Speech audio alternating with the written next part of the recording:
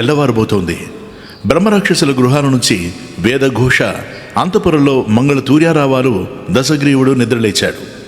వెంటనే సీతాదేవి గుర్తుకొచ్చింది. హడావిడిగా అశోకవనానికి బయలుదేరాడు. దేవేంద్రుని వెంట దేవ గంధర్వ యువతులు నడిచినట్టుగా శతాధికంగా అంగనామణులు అతడి వెంట నడిచారు.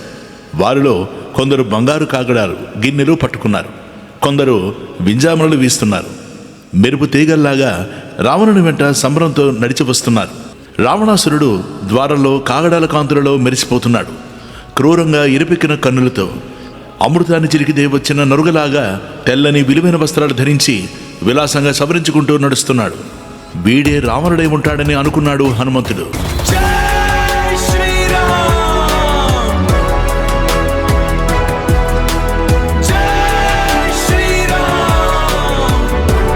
ఒక కొమ్మ కిందికి దిగాడు. రావణాసురుని చూస్తూనే సీతమ్మ గజగజలాడిపోయింది. వెనుగాలికి కదలాడే అరటి చెట్టులా కంపించింది. కాళ్ళు ముడుచుకొని శరీరం దాచుకుని కూర్చుంది. భయంతో దుఃఖం పొంగి పొర్లింది. నడి సముద్రంలో నావలాగా, తెగిపడిన కొమ్మల్లాగా, బురద కొట్టుకుపోయిన పద్మంలాగా ఉన్న సీతను రావణుడు చూసి ఇలా అన్నాడు: ఓ సీత, నన్ను చూసి ఎందుకలా ముడుచుకుపోతున్నావు? భయపడకు, ఒళ్ళు దాచుకోకు. ఓ విశాలాక్షి, ప్రియ, నా కోరిక మన్నించు. నా నుంచి నిన్నెవరూ కాపాడలేరు. పరకాంతలను బలాత్కరించడము, అపహరించడము మా రాక్షసులకు స్వధర్మం. అయినా నిన్ను నేను బలాత్కరించదలుచుకోలేదు. నువ్వు అంగీకరించినదే నీ ఒంటి మీద చెయ్యి వెయ్యను. నన్ను నమ్ము. కటిక నేల మీద పడి ఉన్నావు. మలినమైన వస్త్రం ధరించావు. ఉపవాసం ఉంటున్నావు. ఎందుకిదంతా? విలువైన వస్త్రాలు, అందమైన ఆభరణాలు, ఖరీదైన పానీయాలు, రుచి అయిన ఆహారాలు, మెత్తనైన పరుపులు, సుగంధ ద్రవ్యాలు, విలాసాలు, వినోదాలు అన్నీ అనుభవించు. నన్ను అంగీకరించు. నువ్వు స్త్రీరత్నానివి.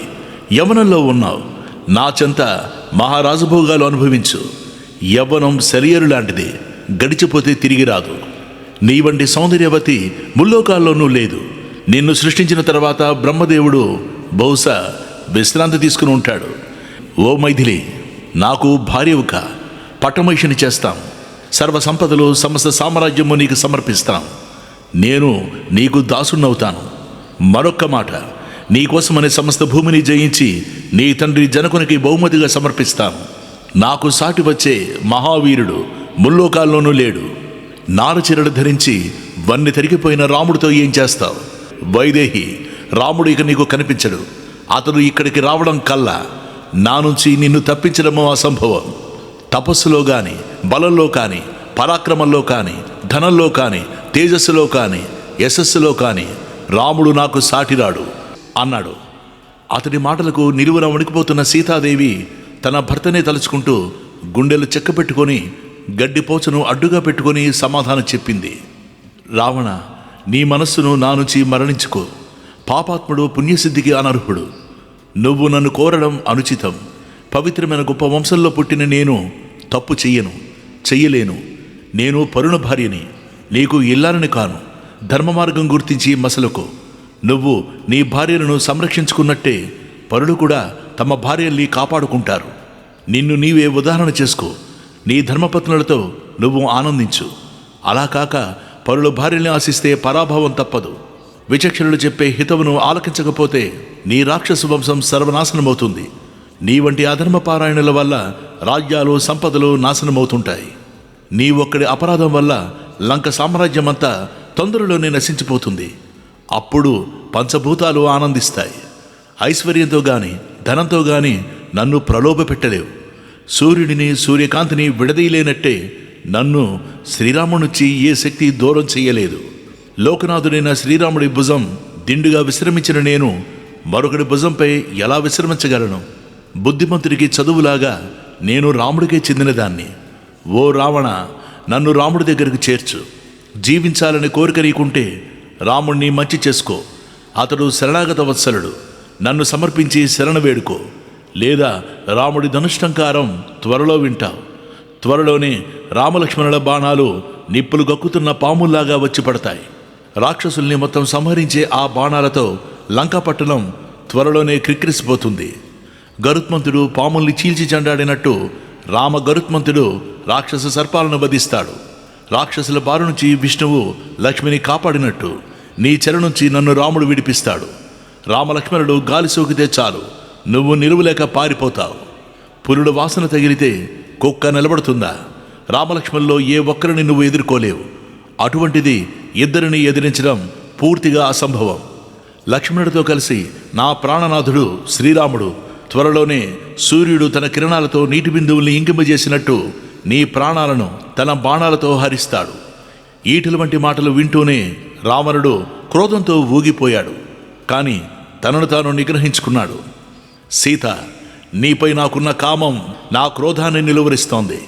అందువల్ల నిన్ను నేను చంపలేకపోతున్నాను. లేకపోతేనా? సీత, నేను పెట్టిన గడువు ఇంకా 2 నెలలు. అప్పటికి నువ్వు మనసు మార్చుకున్నావా? సరే, లేకపోతే ఆ మర్నాడే నా ఉదయ భోజనానికి రాక్షసులు నిన్ను మా వంటశాలకు తరలిస్తారు. దానితో మరింత ధైర్యం పుంజుకుని సీతమ్మ, రాక్షసాదమా, ఈ నీచమైన ఆలోచనల నుంచి నిన్ను నివారించేవాడే లేడా ఈ లంకలో?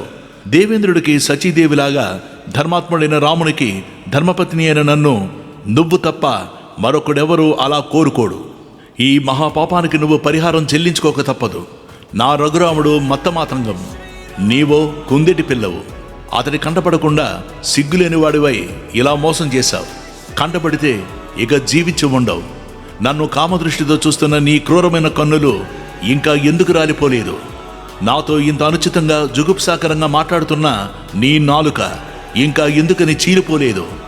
నా స్వామి అనుమతి పొందలేదు కదా అని తపస్సులను వృధా చేయడం ఎందుకులే అని నిన్ను భస్మం చేయకుండా విడిచిపెడుతున్నాను. అసలు నన్ను రాముడి నుంచి వేరు చేయడం ఎవరి వల్ల కాని పని. కేవలం నీ చావు కోసమే విధి ఇలా సంకల్పించింది, సందేహం లేదు అంది ఆవేశంగా సీత. రావణుడు ఉరిమి చూశాడు. భయంకరంగా కోపంతో ఎర్రబడ్డ నేత్రాలతో సీతాదేవిని చూపు మరల్చకుండా చూస్తూ బుసలు కొడుతున్న భుజంగల్లా, మైథిలి, సూర్యుడు చీకటిని అంతమొందించినట్టు నిన్ను నశింపజేస్తానంటూ మీదకు వెళ్ళి తమాయించుకున్నాడు. ఓ రాక్షసాంగులారా, ఏది ఎలా చేస్తే ఈ సీత వెంటనే నాకు ఎలా లొంగుతుందో అది అలా వెంటనే చెయ్యండి. అన్నీ ఆచరించండి. సామ దాన భేద దండోపాయాలు ప్రయత్నించండి. ఎలాగైనా సరే సీతను లొంగదీయండి అని ఆజ్ఞాపించాడు. రావణాసురుడి చిన్న భార్య ధాన్యమాలిని అతన్ని గట్టిగా కౌగిలించుకుని, మహారాజా, మానవమాతృరాలైన ఈ దీనురాలితో ఏమి ఆనందిస్తావు? నీ దివ్య భోగాలకు అర్హురాలు కాదు. పైగా నిన్ను ఇష్టపడని స్త్రీతో అందమా ఆనందమా అంది. రావణుడు వెనక్కి మరలి అట్టహాసంగా చూస్తూ వెళ్ళిపోయాడు. అతడి వెంట అంతఃపురాంగణలందరూ నిష్క్రమించారు. ఇక రాక్షసాంగనులు విజృంభించారు. సీతాదేవిని భయపెట్టడము, ప్రలోభ పెట్టడము మొదలుపెట్టారు. సీత, ఈ రావణుడు మహావీరుడు. ఇతనికి భార్యవై భోగభాగ్యాలు అనుభవించు. దేవతలను, దేవేంద్రుడిని గజగజలాడించిన రావణుడే స్వయంగా నిన్ను కోరితే తిరస్కరిస్తావేమిటి? వెరిదానిలా ఉన్నావు. మండోదరిని, తక్కిన అంతఃపుర కాంతల్ని కాదని రావణుడు నీ వెంట పడడం నిజంగా నీ అదృష్టం. లంకేశ్వరుడికి భార్య కావడం కన్నా మానవమాతృడికి ఇల్లాలవ్వడం గొప్పగా భావిస్తున్నావేమో. పిచ్చిదాన, రాముడి నుంచి మనసు మరల్చుకో అని రాక్షసగణం ఇలా ప్రలోభ పెడుతుంటే కంటికి మంటికి ఏకధారిగా స్రవిస్తున్న కన్నీటిని తుడుచుకొని సీతాదేవి, మీరంతా కలిసి నన్ను నమిలి మింగేయాలనుకుంటే అలాగే మింగేయండి. అంతేగాని మీ మాటలు నేను వినలేను. ఏ మానవ స్త్రీ కూడా రాక్షసుడికి భార్య కాలేదు. దీనుడో రాజ్యహీనుడో నా భర్త నాకు గురువు. అతడంటేనే నాకిష్టం అంది సీత. ఈ సమాధానంతో ఒళ్ళు మండిపోయి రాక్షస స్త్రీలు ఇంకా తీవ్రంగా భయపెట్టడం ప్రారంభించారు. శిశుపావృక్షం మీద గుబురులో దాగిన హనుమంతుడు మౌనంగా అంతా చూస్తున్నాడు. రాక్షస స్త్రీలను తప్పించుకుని సీతాదేవి నెమ్మదిగా అదే శిశుపావృక్షం క్రిందకు చేరుకుంది. సీత, మరీ అతి చెయ్యకు, కష్టాల పాలవుతావు. రావణుణ్ణి భర్తగా అంగీకరించు. సర్వలోకాలకు ఈశ్వరువి నీవే అవుతావు.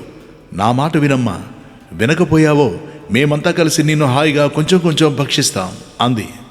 వికట అనే మరో రాక్షసి తన పిడికిలి బిగించి, చూడు, నీ మీద జాలితో ఇప్పటిదాకా సహించి ఊరుకున్నాం. ఇక సహించేది లేదు. నిన్ను ఎవడూ రక్షించలేడు. ఈ కన్నీరాపు. మేము చెప్పినట్టు చెయ్యి. చెప్పినట్టు చెయ్యకపోయావో నీ గుండెలు చీల్చి నెత్తురు తాగేస్తాను అంటూ భయపెట్టింది. సోలం తిప్పుతూ చండోదరి అనే మరో రాక్షసి గంతులు వేస్తూ వచ్చి ఇలా అంది, సీత, నిన్ను చూసినప్పటి నుంచి నీ నెత్తురు తాగాలని, నీ మాంసం తినాలని నోరూరుతోంది అని. గొంతు నులిమేస్తానంటూ ప్రగస అనే మరో రాక్షసి వచ్చింది. కాదు, అందరం సమానంగా పంచుకు తిందాం అంది అజాముఖి. ఈమెను చంపేశామని రావణుడికి కబురు పంపండి అంది శూర్పణఖ. మద్యం తెప్పించండి, మనిషి మాంసం తిని నృత్యం చేద్దాం అంటూ మరొక రాక్షసి ఎగిరి గంతేసింది. ఇలా అంతా భయపడుతుంటే సీతాదేవి ధైర్యం పూర్తిగా కోల్పోయి బోరుబోరును విలపించింది.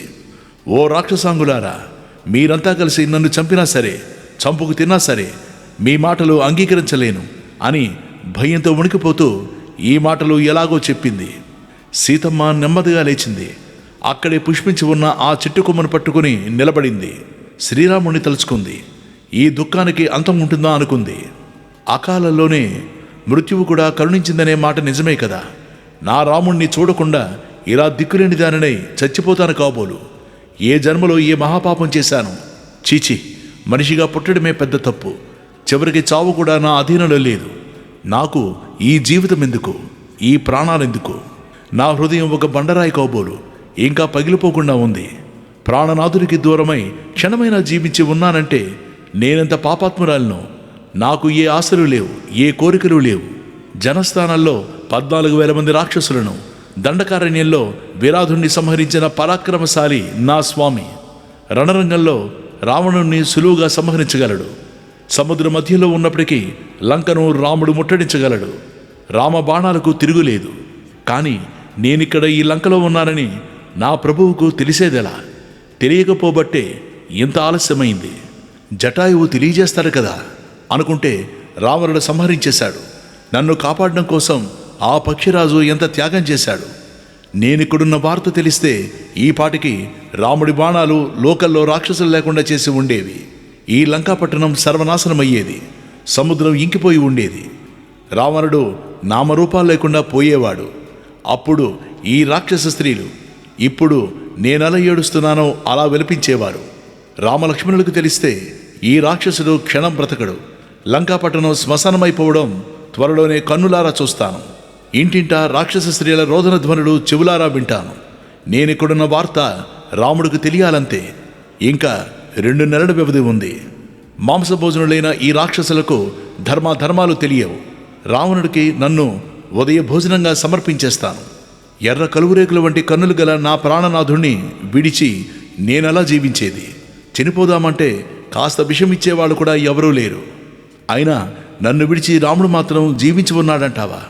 జీవితం చాలించి దేవలోకం చేరుకున్నాడేమో. నా ప్రభువును చూస్తూ దేవతలు ఆనందిస్తున్నారేమో. కానీ ధీరుడు ధీమంతుడు అయిన నా రాముడు అలా చెయ్యడు. నా దురదృష్టం వల్ల రాముడికి దూరమై నేనిలా నశించిపోతున్నాను. మహావీరుడైన రాముని విడిచి జీవించడం కన్నా మరణించడమే మేలు. లేదా ఈ దుష్టుడు నన్ను అపహరించినట్టే మోసం చేసి రామలక్ష్మణుల్ని హతమార్చాడేమో. నేను మరణిస్తాను. కానీ ఈ దుఃఖ సమయంలో మృత్యువు కూడా కరుణించడం లేదు.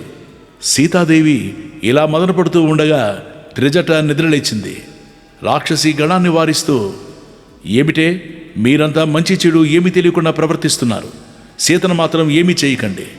ఇప్పుడే నాకు ఒక కల వచ్చింది. వినీలాకాశంలో ఏనుగు దంతంతో చేసిన పల్లకి, దానిని 1000 హంసలు మోస్తున్నాయి. అందులో తెల్లని వస్త్రాలు, తెల్లని పూలమాలలు ధరించిన రామలక్ష్మణుడు ఉన్నారు. నేల మీద సముద్రం నుంచి కొట్టుకొచ్చి గట్టుకు చేరిన శ్వేతపర్వతం, దానిమీద తెల్లని బట్టలు మాలలు ధరించిన సీతాదేవి, 4 దంతాలతో మహాపర్వతంలాగా ఉన్న మత్తేబం మీద తెల్లని వస్త్రాలు మాలలు ధరించి ఉన్నారు రామలక్ష్మణుడు. ఈ పర్వతాగ్రం నుంచే సీతాదేవి తన భర్త చేతిని అందుకుంది. ఆ ఏనుగుపైకెక్కింది. రాముడి ఒడిలో కూర్చుంది. అక్కడ నుంచి లేచి నిలబడి సూర్యచంద్రుల్ని ఆమె తన చేతితో నిమురుతోంది. నేను చూశాను. అలా ఆ ఏనుగు లంకాపట్టణం మీదకు వచ్చింది. ఆ ముగ్గురు ఏనుగు దిగారు. 8 తెల్లని వృషభాలు పూంచిన రథం అధిరోహించి ఇటే వచ్చారు. ఆ తర్వాత సీతతో లక్ష్మణుడితో కలిసి పుష్పక విమానం అధిరోహించి ఆ పురుషోత్తముడు ఉత్తర దిశగా తరలి వెళ్ళాడు.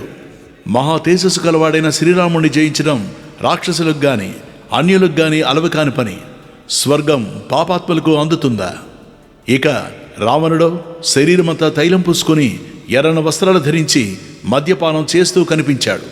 పుష్పకం నుంచి పడిపోయాడు. ఒక స్త్రీ అతన్ని బరబరా ఈడుస్తోంది. గుండుతో ఉన్నాడు. గాడిదలు పూడ్చిన రథం మీద ఎర్రని మారలో లేపనాలు పూసుకొని తైలం తాగుతూ వెర్రి గంతులు వేస్తూ కనిపించాడు. గాడిదను అధిరోహించి దక్షిణ దిక్కుగా వెళ్లడం చూశాను. భయభ్రాంతుడై ఆ గాడిద మీద నుంచి తలకిందులుగా నేలపై పడ్డాడు. గబారున లేచి మతి చెల్లించిన వాడుగా వాగుతూ తూలుతూ దిగంబరుడై కనిపించాడు. దుర్గంధంతో నరకల్లాగా దుస్సహంగా ఉన్న బలపంకల్లో రావణుడు కూరుకుపోయాడు. ఎర్రని వస్త్రాలు ధరించిన ఒక నల్లని స్త్రీ బురద పులుముకున్న శరీరంతో ఆ రావణుడి శిరస్సు పట్టుకుని దక్షిణ దిశగా లాగుతోంది. కుంభకర్ణుడు కూడా ఇలాగే కనిపించాడు. రావణాసురుడి పుత్ర సంతానమంతా తైలం పులుముకున్నారు. పందినెక్కి రావణుడు, ముసలి ఎక్కి ఇంద్రజిత్తు, ఒంటి ఎక్కి కుంభకర్ణుడు దక్షిణ దిశగా వెళ్లారు. విభీషణుడు మాత్రం తెల్లని వస్త్రాలు మాలలు ధరించి తెల్ల గొడుగుతో శంఖదుందుబి ధ్వనులతో నృత్య గీతాలతో 4 దంతాల పట్టపుటేరుగు ఎక్కి తన 4 మంత్రులతో ఆకాశంలో విహరిస్తూ కనిపించాడు. తక్కిన రాక్షసులంతా ఎర్రని వస్త్రాలు మాలలు ధరించి త్రాగుతూ తూలుతూ కనిపించారు. ఈ అందమైన లంకాపట్టణం విరిగిపోయిన గోపుర ద్వారాలతో సముద్రంలో పడిపోయింది. రామదూత ఒకడు మహా తేజస్వి వచ్చి లంకను తగులుపెట్టడం కనిపించింది. ఆ బూడిదలో రాక్షస స్త్రీలు నూనె తాగుతున్నారు. వికటాట్టహాసంతో వికృత నాట్యం చేస్తున్నారు. కుంభకర్ణాదులు పేడకుప్పలో కూరుకుపోయారు. కాబట్టి ఓ రాక్షసాంగులారా, పొండి, సీతజోలికి వెళ్ళకండి, నాశనమైపోతారు. రాముడు దగ్గరికే వచ్చాడు. రాక్షసులందరినీ సంహరిస్తాడు. మీ క్రూరవాక్కులాపండి. సీతాదేవిని శరణు వేడుకుందాం. మనకు రక్షకురాలు ఆవిడే. రాక్షసేంద్రుడి వినాశము, రాముడి విజయము తథ్యం. త్వరలోనే సీతాదేవి కోరిక నెరవేరుతుంది అంది త్రిజట. ఈ మాటలు వింటూనే సీతాదేవి నేత్రపద్మాలు వికసించాయి.